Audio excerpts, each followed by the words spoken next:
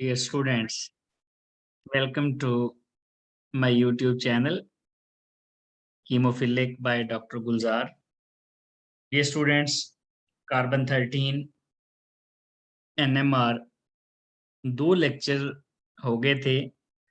First lecture में हमने देखा था कि हमें कार्बन 13 NMR से क्या इंफॉर्मेशन मिलेगी, और फिर कार्बन 13 NMR जो है ये जो स्पेक्ट्रा है, जो इसकी एब्जॉर्प्शन है या जो इसका स्पेक्ट्रम है, उसको लेने के लिए हमें किन प्रॉब्लम को फेस करना पड़ता है due to its low gyromagnetic ratio and natural abundance. दूसरे लेक्चर में हमने देखा कि फैक्टर कौन से इफेक्ट करते हैं, और हमने देखा था वही वाले फैक्टर हैं जो प्रोटॉन एनएमआर वाले, इलेक्ट्रोनेगेटिविटी है, हाइब्रिडाइजेशन है, और इसके साथ साथ मैग्नेटिक अनीसोट्रॉपी। अब हम देखते हैं कि कार्बन 13 एनएमआर स्पेक्ट्रम जब लेते हैं तो कपलिंग के चांस क्या हैं। अगर कपलिंग के चांस हैं तो कार्बन के साथ हैं, एक कार्बन के, या कार्बन का हाइड्रोजन के साथ है।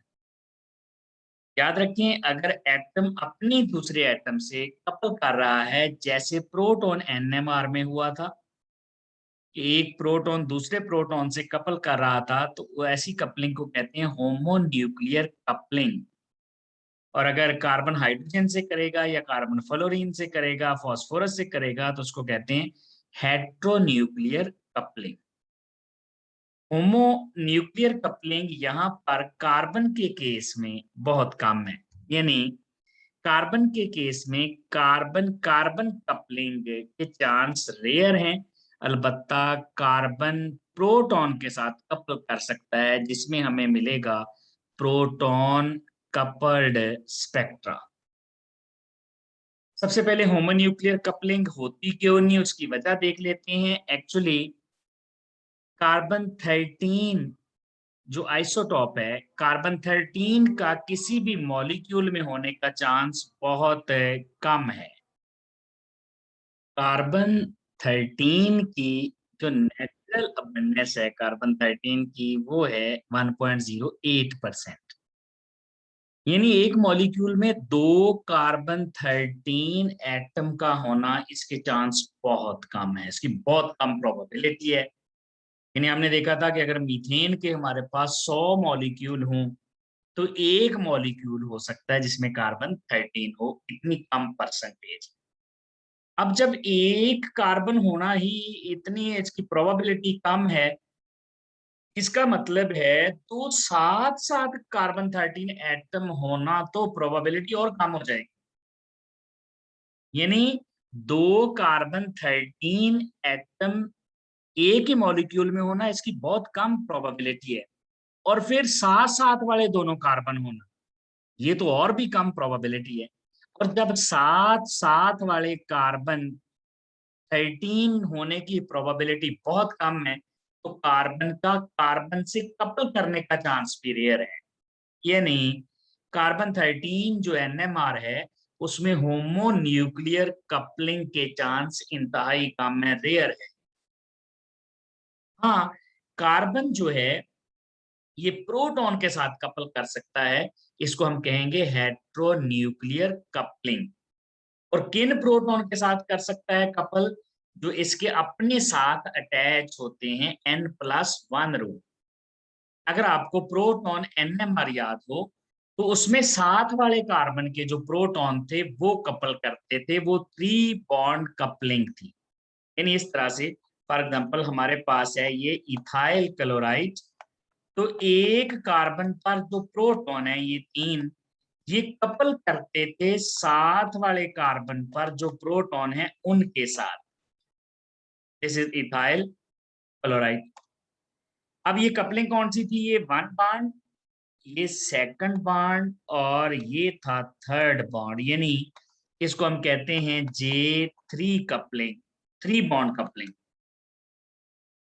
जबकि कार्बन के केस में, जब कार्बन 13 NMR लेते हैं, तो फिर ये होती है 1J कपलिंग। यानी ये एक ही बॉन्ड है और ये कार्बन हाइड्रोजन के साथ कपल कर जाएगा। तो यहां पर 1J कपलिंग, J1 कपलिंग है, प्रोटॉन एनएमआर में J3 कपलिंग थी। यहाँ पर जो कार्बन के 7 प्रोटॉन अटैच हैं वही इसके साथ कपल करेंगे और उसी लिहाज से पीक्स आएंगी N+1 रूल। N+1 रूल है, ये N है number of hydrogens attach to the carbon. यानी जिस कार्बन का आप स्पेक्ट्रा, जिस कार्बन की आप पीक डिस्कस करना चाहते हैं, जिस कार्बन को देखना चाहते हैं, उस कार्बन के साथ कितने हाइड्रोजन अटैच, ये N+N है number of hydrogen attach to that carbon. कैसी पीक्स आती हैं कपल्ड स्पेक्ट्रा में? देखें, इसके इस कार्बन के साथ 3 हाइड्रोजन अटैच हैं, तो N+1 रूल यानी नंबर ऑफ हाइड्रोजन अटैच कितने हैं? 3। अगर ये 3 हैं तो N+1 यानी 3+1 ये क्वार्टेट आ जाएगी इस तरह से। ये मिथाइल वाले कार्बन होंगे। यानी अगर कार्बन 13 NMR जो कपल्ड स्पेक्ट्रा लेते हैं हम, उसमें क्वार्टेट आ रही है तो अंडरस्टूड है ये CH3 ग्रुप मौजूद है इसमें। अगर कार्बन के साथ 2 प्रोटॉन अटैच हों तो N+1 रूल के मुताबिक N कितना है यहाँ पर? 2। नंबर ऑफ हाइड्रोजन अटैच 2 है, तो N+1 का मतलब है 3। 2 + 1 3 ट्रिपलेट आएगी। ट्रिपलेट का मतलब है यहाँ पर मिथाइलिन कार्बन है। अगर आपको फर्स्ट लेक्चर याद हो तो हमने देखा था, हम इसमें टाइप्स ऑफ कार्बन देखेंगे कि प्राइमरी है, सेकेंडरी है, टर्शियरी है, क्वाटर्नरी है, यानी मिथाइल है, मिथाइलिन है या मिथाइन है। और इसी तरह अगर एक ही प्रोटॉन अटैच हो तो N+1 एक प्रोटॉन है, नंबर ऑफ हाइड्रोजन अटैच 1 + 1 2 यानी डबलेट आएगी मिथाइन कार्बन। जबकि अगर कोई प्रोटॉन अटैच ना हो तो सिंगलेट आएगी। तो इस तरह से प्रोटॉन कपल्ड स्पेक्ट्रा में हम देखते हैं कि कार्बन के साथ हाइड्रोजन कितने हैं, यानी कार्बन प्लस हाइड्रोजन, कार्बन तो एक ही है, उसके साथ हाइड्रोजन जितने हैं वो ऐड कर लेंगे। यहाँ 3 हाइड्रोजन है तो टोटल 4 हो जाएगा, यानी क्वार्टेट। यहाँ 2 हाइड्रोजन है तो टोटल 3 ट्रिपलेट। यहाँ 1 हाइड्रोजन है तो टोटल 2 हो जाएगा डबलेट। और यहाँ कोई हाइड्रोजन नहीं है, ये क्वाटर्नरी कार्बन सिंगलेट। तो प्रोटॉन कपल्ड स्पेक्ट्रा से हमें पहचान हो जाएगी, सिंगलेट आ रही है क्वाटर्नरी कार्बन है, डबलेट आ रही है तो इसका मतलब मीथाइन है, ट्रिपलेट आ रही है इसका मतलब है ये मिथाइलिन कार्बन है, और अगर क्वार्टेट आ रही है तो इसका मतलब है ये मिथाइल। अब अगर हम एग्जांपल ले लें कपल्ड स्पेक्ट्रा, कार्बन में J1 कपलिंग होती है, यानी कार्बन पर जो अटैच हाइड्रोजन है वही कार्बन के साथ कपल करता है, जिसकी वजह से यहाँ पर जो पीक्स आती हैं उनके दरमियान ये J की वैल्यू ज्यादा होती है, कपलिंग कांस्टेंट इसका ज्यादा होता है।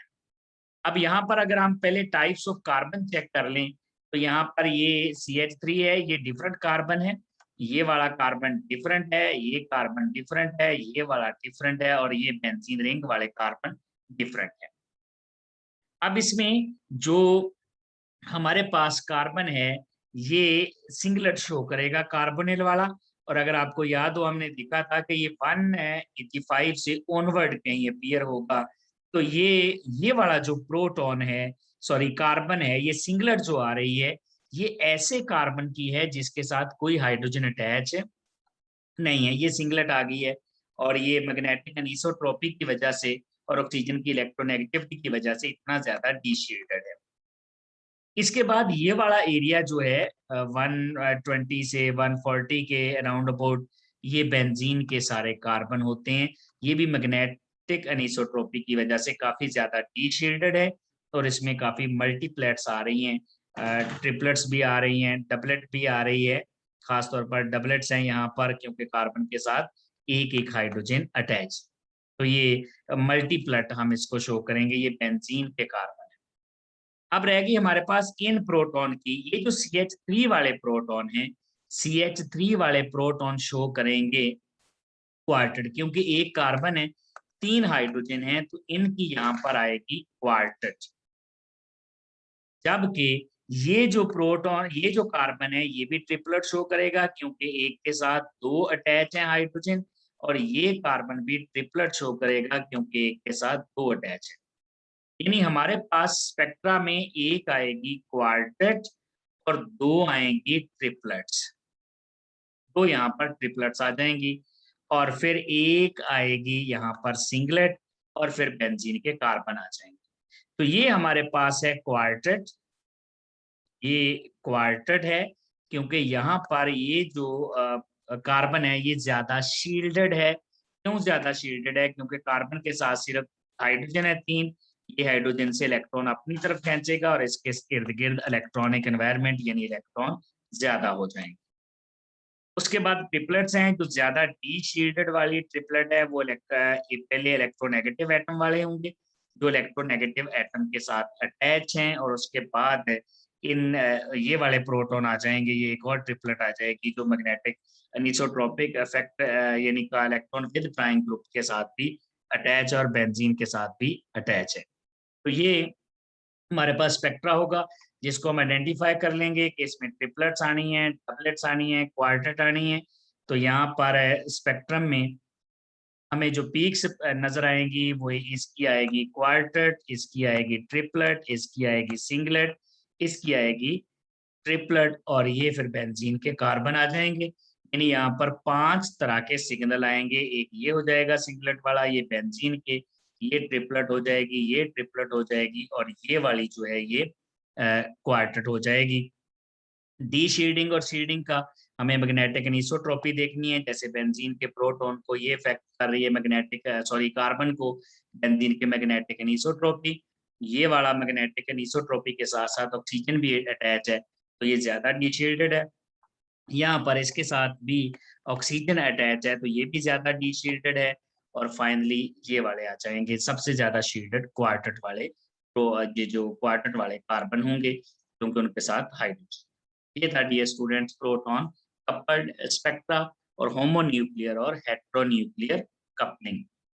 नेक्स्ट लेक्चर में इंशाल्लाह हम proton decoupled spectra discuss करेंगे। Thank you very much.